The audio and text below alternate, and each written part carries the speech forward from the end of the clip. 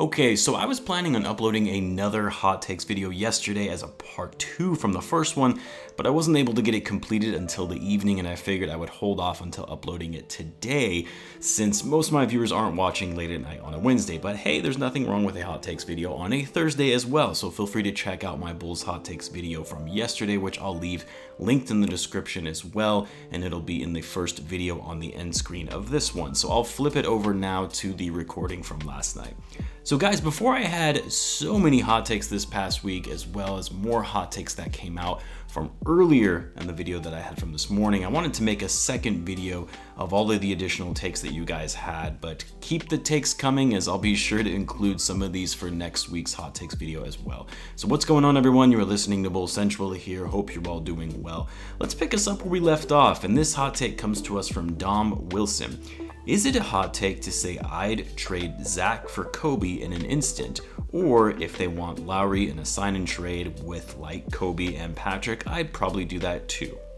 Well, first of all, I think you meant to say I'd trade Zach instead of Coby in an instant, since you can't trade Zach for Coby given they play on the same team. So if I'm understanding that correctly, then yes, this is absolutely considered a hot take, and I don't think wanting to trade Zach over Coby makes any sense at all. I mean, unless you're saying you would much prefer to trade Zach because you can get a lot more for him in return than someone like Coby, because obviously Zach's value is significantly higher, then yes, I get that. But if you're saying you would rather have Coby on this team than Zach Lavine, no, absolutely not. And this is coming from someone who has historically been very critical of Lavine and saying he's not a number one option on a team, or that he's as ineffective as a leader as I would like to see. But no, I would still much prefer to keep Zach on this team than someone like Coby any day of the week. And that's not hating on Coby, because I do think he is a solid player and has potential to be a fine player in the league, but he's no Zach Lavine. And as for the other take, a sign and trade for Lauri with Coby and Patrick, that you would prefer to do that as well. Well, I guess it wasn't clear to me from what you said anyway. Like, yeah, sure, I would trade Giannis for Lauri, Coby, and Patrick, but there's probably not a lot of trade packages out there I would be willing to do if it includes Patrick Williams, especially if it also includes Coby White, because these are both two players that are still incredibly young with a lot of promise, who haven't even come close to hitting their prime yet. So I'm not just going to be willing to trade them for anything. So I guess it depends on who you're thinking of in terms of trading them for, because it just wasn't clear in this hot take. Next up, we have, is it Ekis? Patrick Williams' real future is at the point guard position, similar to what New Orleans is doing with Zion and Philly did with Ben Simmons. It will force him to be aggressive offensively and help him to learn to make good basketball plays through running an offense. Well, I do believe that, in high school, P. Will was a point guard, and even this season, we have seen him bring the ball up a number of times, running the offense in very limited possessions, but he's being tasked with doing that just a handful of times throughout this season. I'm not saying it's completely out of the realm of possibility, but I do think he's best suited to be, playing for his strength and his size. I would much rather see him be at the 3 or 4, which obviously he's been playing this season, mainly the 3. Also, I haven't watched a ton of Zion this season, but I don't think that's something that New Orleans has been doing with him as far as him running the point. And for Ben Simmons, I mean, he was always a point guard in high school and college ever since he entered the league. He just has that natural gifted ability, even for his size, to play as an incredible playmaker and floor general, where really he has the size and power to be a power forward. Patrick Williams isn't like that when it comes to running an offense like Ben Simmons is, given he was brought up playing that role throughout his life and playing basketball. Next up, we've got Philip Winter Jensen. Not signing Nate McMillan was the biggest mistake of Arturas's era so far. I mean, what I will say, and if you've been following my channel for a bit now, you might already know this, but I was never really high on the Billy Donovan signing. I thought for the most part it was a pretty underwhelming signing, although significantly better than Jim Boylan. And I even remember thinking that when the Pacers fired Nate McMillan, that was a mistake on their part, because McMillan is a great coach, and firing him in Indiana was very premature, similar to how the Bulls fired Tibbs when he couldn't get the Bulls out of the East. So I would have loved for them to hire Nate McMillan, and I think he's a very underrated coach. However, at the same time, I do think it's still way too early with only one season on Donovan's belt coaching the Bulls to call that, this is the biggest mistake of Arturas' era so far. I mean, I guess because the era has only been one season, sure, you could argue that it is, but I think the biggest mistake thus far was him prioritizing Denzel Valentine over Chris Dunn, which really wasn't that big of a mistake because Dunn has been injured basically all season anyway, and he only gave Valentine a one-year deal for $5 million that he won't be extending, or at least I hope he isn't looking to extend Valentine. Otherwise, that would be the biggest mistake of his era for sure. Next up, we've got Michael Cunningham. The Bulls should trade Zach Lavine after this season. The Bulls are missing a top-tier playmaker. De'Aaron Fox to the Bulls for Zach Lavine plus extension to Sacktown. Let's face it, the NBA extended the playoff teams to 10 while Zach and the Bulls are currently 11th. Would De'Aaron Fox be a better fit alongside Vooch, Tice, White, and Williams? So this one is interesting because it's a valid point, right? Like the playoffs got that much easier to make. Like how hard is it to finish in the top 10 in the Eastern Conference between 15 teams? Now that's not all on Zach Lavine. A lot of the other guys need to be held accountable, but it does say something about Lavine given he's the best player on this team. He's supposed to be the leader on this team, and yet he's never made a postseason throughout his career. And even when making the playoffs just got a little easier, the Bulls still come up short. Now granted, he's been out due to COVID for the past few weeks, so you can't really fault him for that. But even if Lavine was playing, I don't know that I can say confidently that the Bulls still would have finished in the top 10 because even before he entered the protocol, the Bulls still weren't looking great.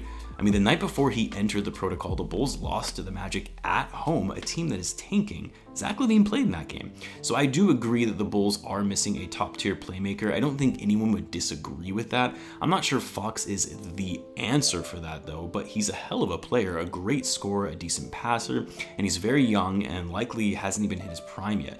I would have loved to have someone like De'Aaron Fox on this team, but it's not like the Kings have been that successful either with him. And if you bring in Fox, but it means giving up Lavine for him, I mean, does he really make the Bulls that much better, even if it means we still have Vooch, Tice, Williams, and Coby White? I think what does make Fox fit well with this team is he does give you that playmaking and scoring that the Bulls need, but you're also talking about taking away an all-star player in Zach Lavine off the team. Even for his flaws and the fact that he hasn't made a postseason in his career, he's still a great player, an efficient scorer, and an incredible athlete, so taking him off of the team is a setback for sure.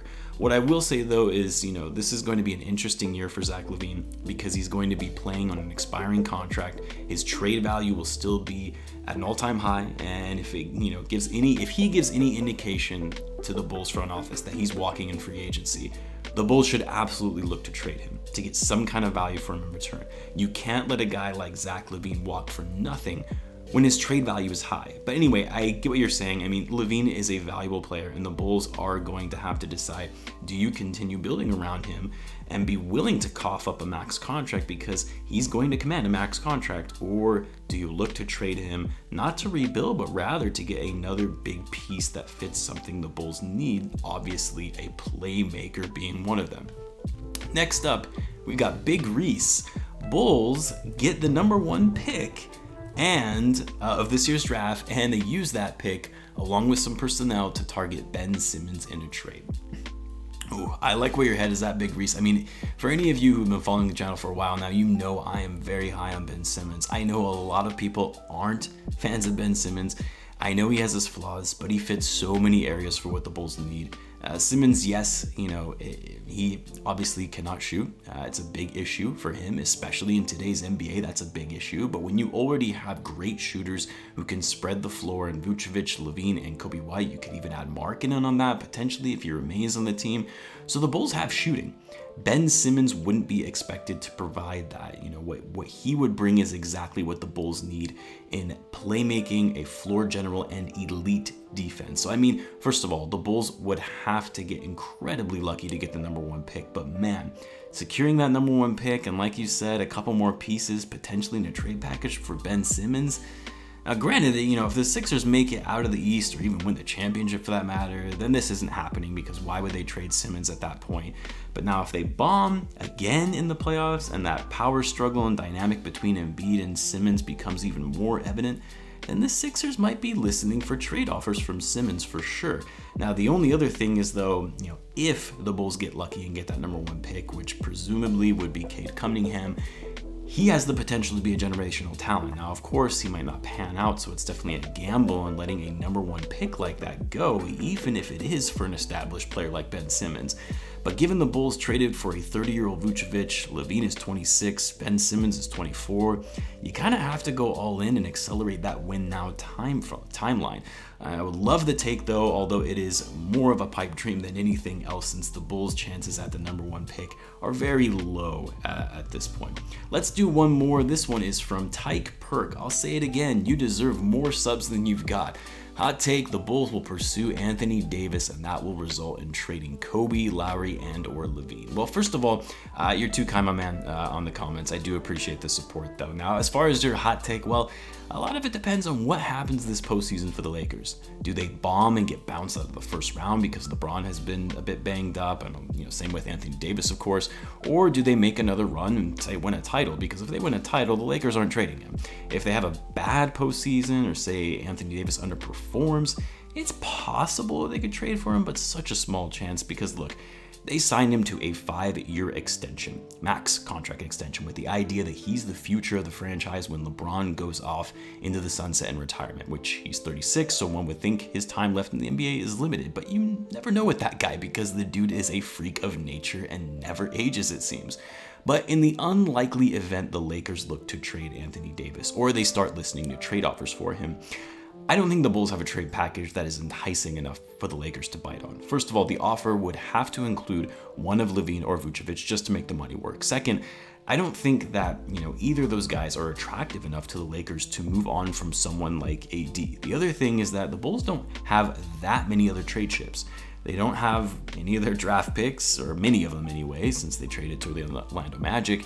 Coby White, too uncertain. Patrick Williams would be an intriguing piece for them, but do the Bulls really want to give up their future plus Lavine or Vucevic for Anthony Davis, which, let's be honest, as great as Anthony Davis is and has proven to be a dominant force in this league, hasn't been all that successful when being a number 1 option on a team. He's much better and more capable as a number 2 when it comes to a title team. I'm not saying that Anthony Davis can't be, because he's a superstar, he's an all-NBA player, but he just fits so well as the number 2 option to LeBron in LA. So in short, I like the take. It's an interesting one, but I don't see how the Bulls would even be able to make a deal like this work, even if, and that's a big if, the Lakers start fielding offers for Anthony Davis.